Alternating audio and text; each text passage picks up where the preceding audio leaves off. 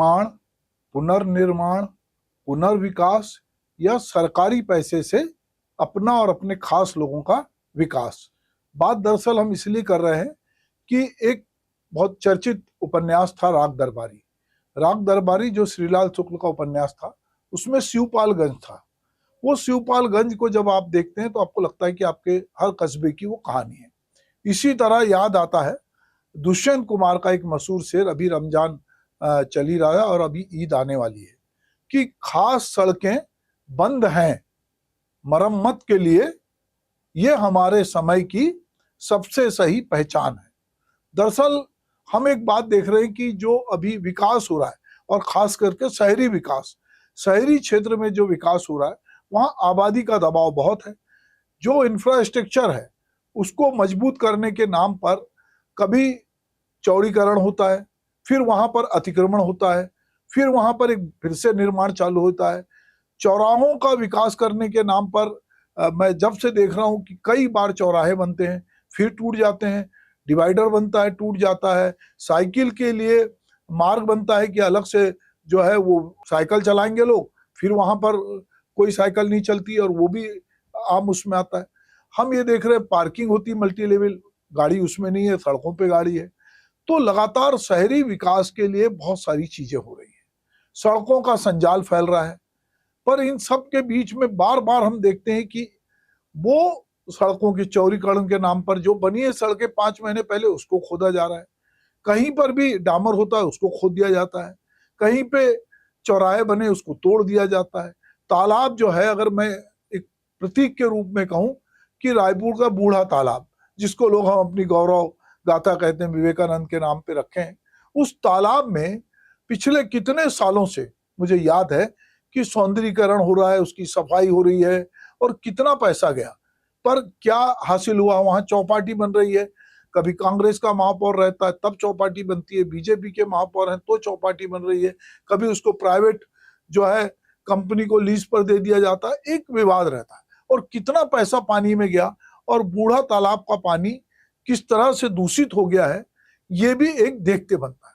तो शहर में कोई सुव्यवस्थित विकास नहीं हो रहा है, जगह जगह नेताओं ने गुमटियां लगवाई हैं, जगह जगह अतिक्रमण है, किसी अफसर को नहीं दिखता सड़क पे कोई मजार बन जाती, कोई मंदिर बन जाता है, कोई पेड़ लगा के उसकी आड़ में कुछ काम करता है। पर शहरी विकास जिस तरह से होना चाहिए वो नहीं हुआ, पर सरकार जो है वो अपने बजट में इसका प्रावधान करती है। अभी हम हाल ही में नगर निगम रायपुर का बजट आया है और उसके थोड़े दिन पहले सरकार का बजट आया है, तो थोड़ी उसकी भी पड़ताल कर ली जाए। तो रायपुर की नवनिर्वाचित जो महापौर हैं मीनल चौबे, उन्होंने बजट प्रस्तुत किया। बजट में जैसा कि बजट बनाते हैं अफसर लोग, उसमें बहुत सारे प्रावधान होते हैं, उसमें सरकार की या जो पार्टी उसकी प्राथमिकता दिखती है, पर ये बजट में हमेशा जो प्रावधान होते हैं उसी तरह के कुछ प्रावधान इस बार भी दिखे। 1529 करोड़ 53,28,000 का जो बजट आया, उसमें 18 प्रमुख चौराहों का पुनर्विकास किया जाएगा। अब सवाल यह है कि कौन से चौराहे हैं जिनका पुनर्विकास? इतने सालों से चौराहों पर कितने प्रयोग हुए हैं ये देखते बनते हैं। CSR के तहत कौन कौन से लोगों ने उसमें पैसे लगाए, अगर इस पर एक श्वेत पत्र जारी होगा तो ये अपने आप में एक बड़ा भ्रष्टाचार निकल के आएगा कि ये जो चौराहों का बार बार पुनर्विकास होता है, डिवाइडर बनते हैं, सड़क चौड़ीकरण होता है, कभी वहां डामर सड़क बनती है, कभी सीमेंट की सड़क बनती है और इस तरह से कामकाज चलते हैं। फिर कहा है कि पार्किंग स्थल पे स्वचालित पार्किंग की सुविधा होगी। अभी जो पार्किंग स्थल बनाए गए हैं क्या वो उपयोग हो रहे हैं? क्या वहां पर लोग गाड़ियां खड़ी कर रहे हैं?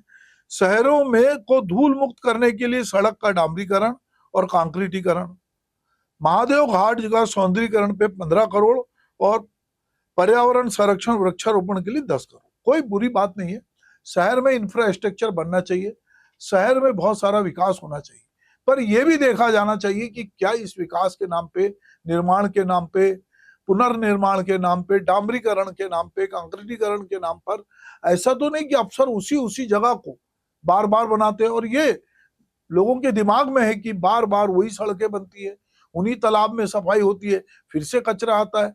सारा कुछ ऐसा लगता है कि एक रूटीन की प्रक्रिया है और मरम्मत के लिए भी काफी कुछ पैसे का प्रावधान किया जाता है। इससे कहाँ कहाँ क्या क्या काम होते हैं। एक पिछले बार एक सूचना आई थी कि नगर निगम में जो बहुत सारे कर्मचारी काम करते हैं चतुर्थ वर्ग के, ये वो बहुत सारे लोगों के घर में भी काम करते हैं, उसकी भी एक बार लिस्ट सार्वजनिक हुई थी। तो ये भी देखना चाहिए कि नगरीय संस्थाएं अपना यदि वित्तीय भार कम करना चाहती है, अपना स्थापना व्यय कम करना चाहती है, तो वो क्या क्या चीजों पे ध्यान दे। केवल बजट प्रावधान करने से नहीं होगा, क्योंकि ये चौक चौराहे पहले भी बने, सौंदर्यीकरण के नाम पर बहुत सारा हुआ है। तालाब में खास करके हम देखते हैं कि तेलीबांधा तालाब हमारे शहर की प्रयोगशाला है, और वहां जितनी चीजें होती है वो देखते बनती है। अब बहुत सारे तालाबों पे जिस तरह से कब्जा हो रहा है। अनुपम मिश्र की किताब थी तालाब अभी भी खरे हैं, पर तालाबों पे रायपुर तालाबों का शहर समझा जाता था। वहां कितने कब्जे हुए वो उस पर भी बातचीत होनी चाहिए। वो तालाबों को कैसे बचाए पर सौंदर्यीकरण की बातचीत होती है, पर वहां देखते हैं कि बाजार बन जाता है जो उसको और गंदा करता है। तो इस बार भी जो है नगर निगम ने जो प्रावधान किए हैं उसमें इस तरह की बहुत सारी चीजें हैं। अब हम बात आते हैं सरकार की। सरकार ने जो अपना बजट प्रस्तुत किया, तो पहले उसका बजट पिछले साल जो पहला साल था ज्ञान का बजट था, और इस साल गति का है। गति का यानी कि जी मतलब गुड गवर्नेंस, ए मतलब एक्सीलेंट्री इंफ्रास्ट्रक्चर, टी यानी टेक्नोलॉजी, और आई यानी इंडस्ट्रियल ग्रोथ। अब हम देखते हैं कि जो ये भी कहा गया है कि राज्य निर्माण के बाद पहली बार नई सड़कों के निर्माण के लिए 845 करोड़ रुपए रखे गए। अच्छी बात है। प्रधानमंत्री सड़क योजना में अटल बिहारी वाजपेयी की वजह से गांव गांव से सड़कें जुड़ी, पर वो पीएमआरवाई में क्या क्या हुआ वो भी लोग जानते हैं। पहले हम पीडब्ल्यूडी को जानते थे, अब आरईएस भी उसकी टक्कर में खड़ा दिखता है। दूसरी बात, प्रधानमंत्री जनमन सड़क के लिए अत्यधिक पिछड़े क्षेत्रों में मुख्य सड़क से जोड़ने 500 करोड़ का। अच्छी बात है कि जो पिछड़े क्षेत्र है उनको जोड़ना चाहिए। और पीएमआरवाई के तहत गांव की सड़कों के लिए 845 करोड़ रुपए का प्रावधान रखा गया है। मुख्यमंत्री नगरोत्थान योजना भी लाई गई है, पर उन नगरों में इन योजनाओं से क्या हो रहा है इसको समझना पाइए। इसके लिए एक महत्वपूर्ण बात यह है कि जो रायपुर स्मार्ट सिटी प्रोजेक्ट है, ऐसे ये प्रोजेक्ट जो है 5 साल पहले आया था, और इस प्रोजेक्ट में बिलासपुर और रायपुर को और नया रायपुर को लिया गया था। तो किसी भी शहर में जो स्मार्ट सिटी प्रोजेक्ट है भारत सरकार द्वारा ये शुरू किया गया था, और इसमें शहरी विकास कार्यक्रम के अंतर्गत इसका ये था कि शहरों को जो है वो तकनीकी रूप से भी मजबूत करना, उन्नत करना, पर्यावरण के दृष्टि से भी अनुकूल बनाना है, और नागरिकों के लिए बेहतर जीवन स्तर उपलब्ध कराना जो है ये योजना थी। यह 25 जून 2015 से ये शुरू हुई थी, और भारत सरकार ने इसके लिए 100 शहरों को जो चुना था कि जिनको स्मार्ट सिटी के रूप में विकसित किया जाएगा। शहर के भीतर भी कुछ वार्डों को खास तरह से उनके इंफ्रास्ट्रक्चर को मजबूत करने की बात हुई थी। उसमें डिजिटल और सूचना प्रौद्योगिकी का उपयोग करने की बात हुई। पर हम ये देख रहे हैं कि स्मार्ट सिटी प्रोजेक्ट के बावजूद यदि हम रायपुर की बात करें, बिलासपुर की बात करें, तो यहाँ पर जिस तरह के काम हुए हैं शहरों में, जल पूर्ति, विद्युत आपूर्ति जो है, अलग अलग तरह के अवशिष्ट जो है उनका निराकरण, इस तरह की परिवहन को बेहतर बनाने की बात है। तो ये बहुत सारे काम हाथ में थे, पर जिस तरह से एक समग्रता में एक शहर को दिखना चाहिए, वो जिस तरह से इंदौर साफ सुथरा शहर है, हम देखते हैं कि भोपाल साफ सुथरा शहर है, मगर उस तरह से रायपुर नहीं है। तो जो स्मार्ट सिटी का प्रोजेक्ट था वो अब लगभग उसका ड्यूरेशन खत्म हो गया है, पर उसने भी जगह जगह चौक चौराहों पर बहुत सारे डिजिटल वो तो लगा दिए टीवी, पर शहर में क्या कुछ हुआ है इसमें भी उसकी बहुत कोई रोल अगर दिख के आता हो कि रायपुर बहुत स्मार्ट हो गया हो, तो ऐसा स्मार्टनेस नहीं दिखती है। पर हमको ये जरूर दिखता है कि बार बार जो सड़कें बनी है उनको चौड़ीकरण के नाम पे खोदा जा रहा है। 6 महीने पहले कचना की सड़क बनी थी, उसको फिर से उस पर बोल्डर डाला जा रहा है। जो चौराहे बने थे उनको तोड़ के फिर से सौंदर्यीकरण किया जा रहा है। जो साइकिल ट्रैक बना था उसको फिर से जो है जनरल उपयोग में लाया जा रहा है। जो बगीचे हैं वहां उनका मेंटेनेंस नहीं है। वहां पर जिम बनाई गई थी वो जो है वर्किंग नहीं है।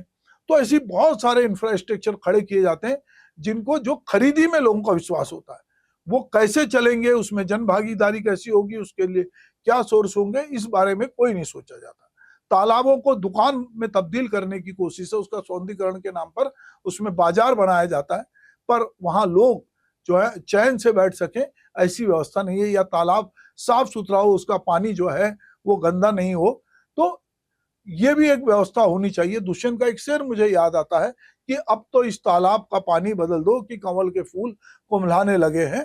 तो ये निश्चित रूप से ये जो प्रोजेक्ट हैं शहरों के विकास के नाम पर, और जिस तरह से इसमें घालमेल हो रहा है और बहुत सारी एजेंसियां मिलके बार बार अलग अलग तरह से निर्माण, पुनर्निर्माण, पुनर्विकास, सफाई, फिर वृक्ष लगाना, अभी फिर पर्यावरण दिवस आएगा 5 जून को, और लोग कहेंगे कि साहब जितने पेड़, अगर मैं देखता हूं अपनी याददाश्त में, जितने पेड़ सरकार और सोशल प्लेटफॉर्म से लगाए गए हैं, उससे तो पूरा जंगल चारों ओर हो जाना था, पर वो पेड़ जो है वो सूख जाते हैं।